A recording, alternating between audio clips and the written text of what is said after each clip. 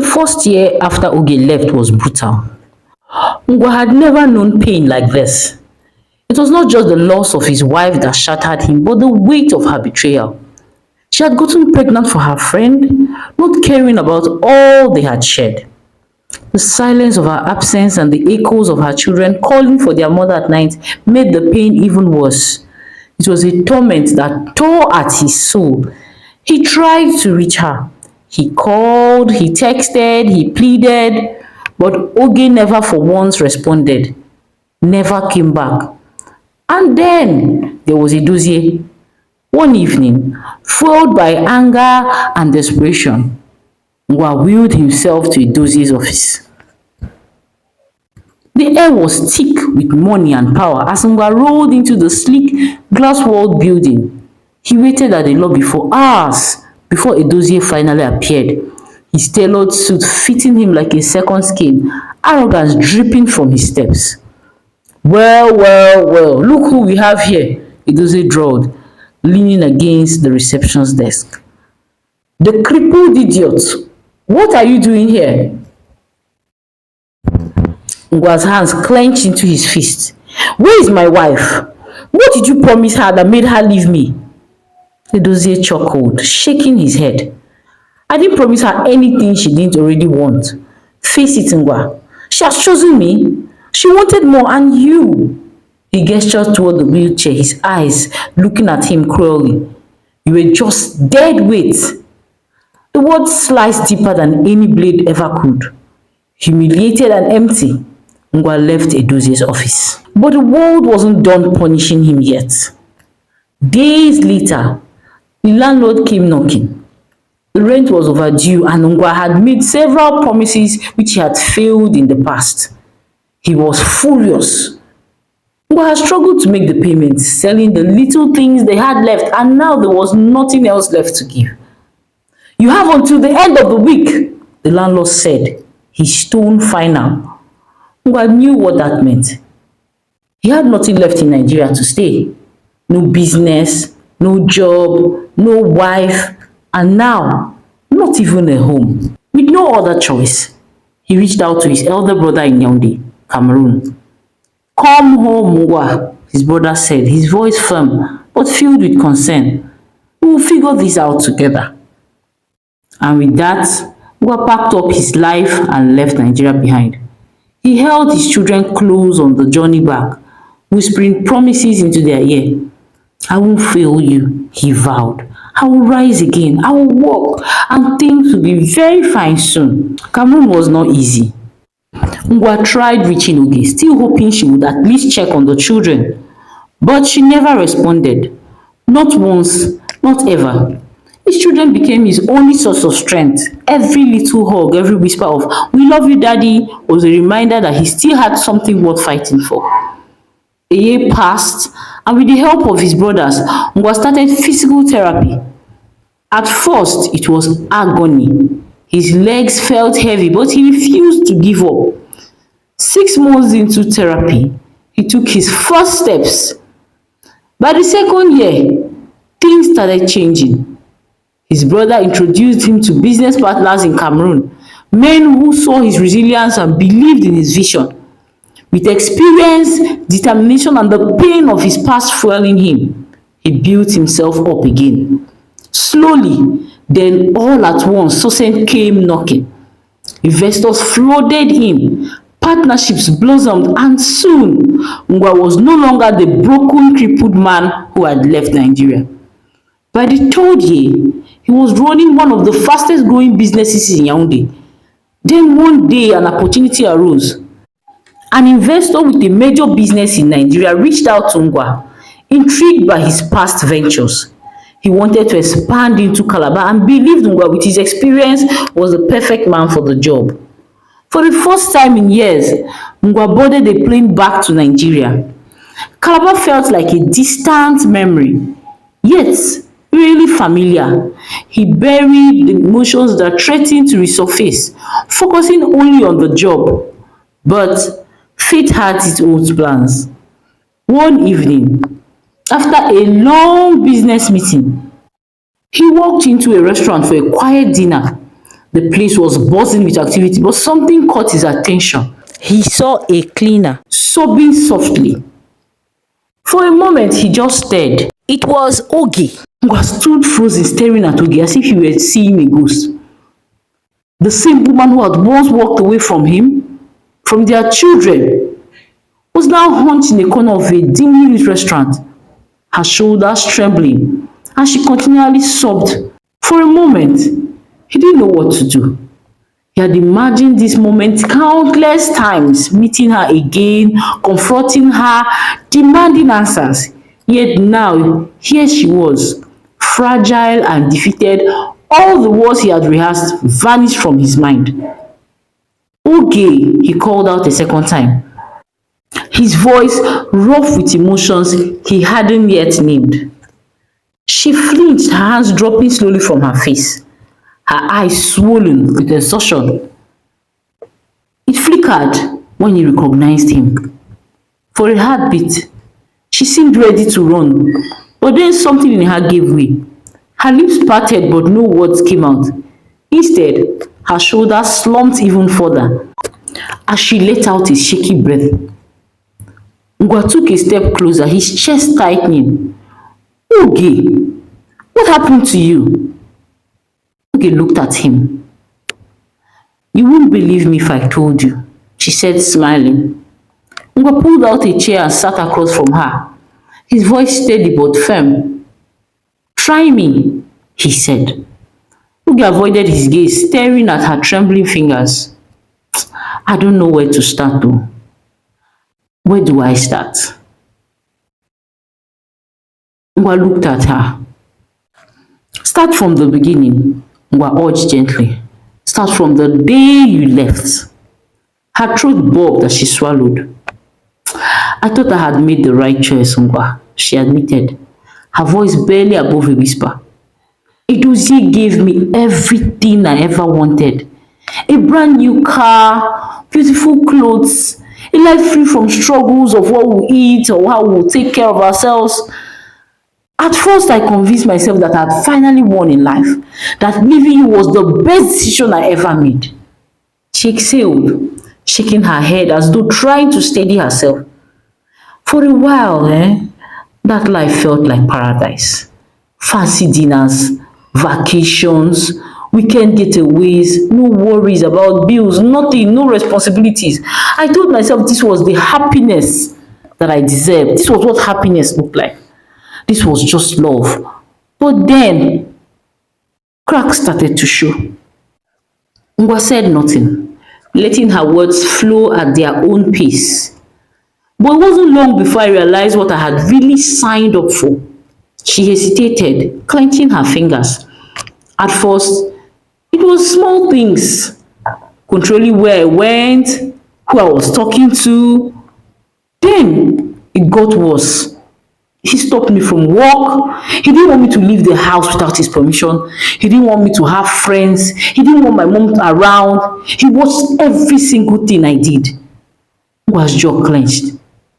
"Did he hurt you?" Oge hesitated, then nodded. Not with his hands, but with his words, his punishment. He would lock me inside for days if I disobeyed him. And I was just too afraid to leave, too ashamed to admit that I had walked into a prison of my own making. She bit her lip, her eyes glassy with unshed tears. Then, after a few months, I found out something.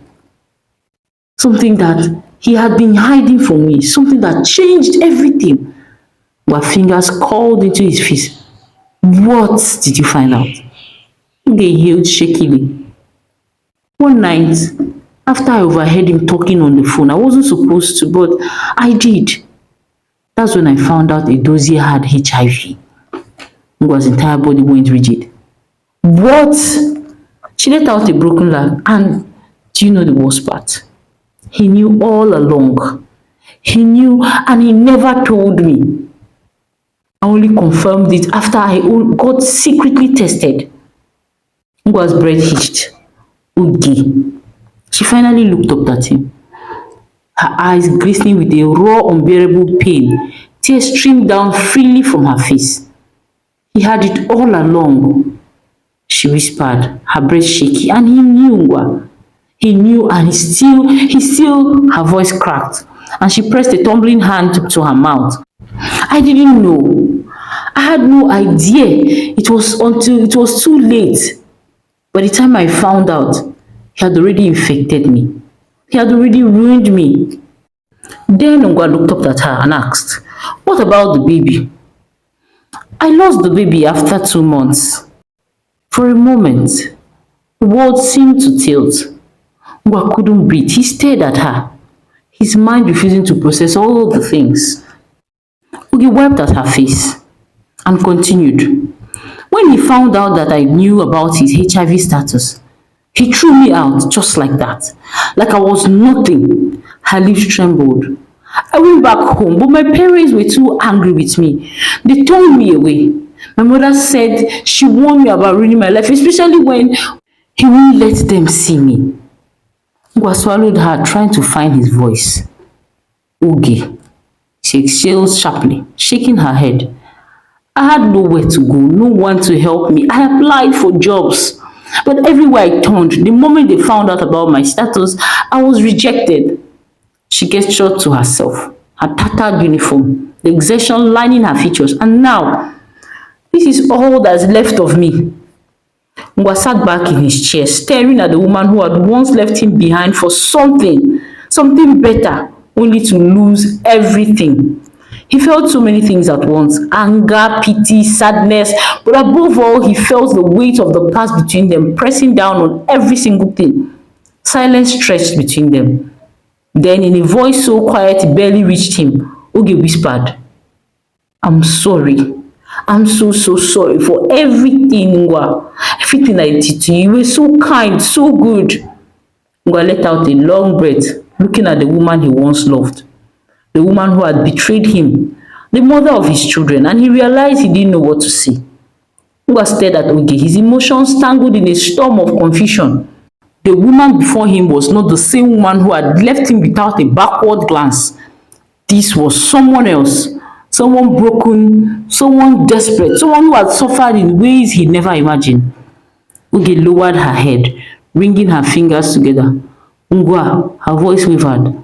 I know, I have no right to ask you for anything. I don't even deserve to sit here with you. Ngwa didn't speak, didn't move, but I need your help, she admitted, her eyes pleading. I have nowhere to stay. The little money I make barely cover my food, and I'm behind on payments, and my landlord is already threatening to throw me out. Please, can you help me with some funds? She let out a choked laugh. Imagine that. Me, the same woman who once walked into a mansion with nothing but pride, now begging to keep a roof over my head. She exhaled shakily. I tried to reach out to my mother, but she won't even let me near the house. Nowadays, she acts like I don't even exist. I don't know what else to do. Ngwa ran a hand over his face, trying to make sense of it all. Oge, the woman who had mocked his struggles, was now sitting before him, destitute. There was a part of him that wanted to remind her of her choices, of how she had abandoned their family for a man who had ruined her life. But another part of him, the part that had once loved her, couldn't ignore the pain in her eyes. Without a word, he reached into his wallet and pulled out a few bills. Here, he said, placing them on the table. It's not much, but it should help. Oge stared at the money, her lips trembling. Then with a small nod, she took it. Thank you so much, she whispered, unable to meet his gaze. Silence lingered between them. Then hesitantly, Oge lifted her eyes to his. Ngwa, I know I've asked you for much already, but can I see my kids?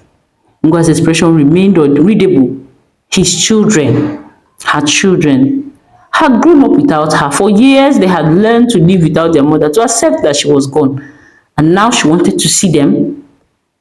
After a long pause, he pulled out his phone.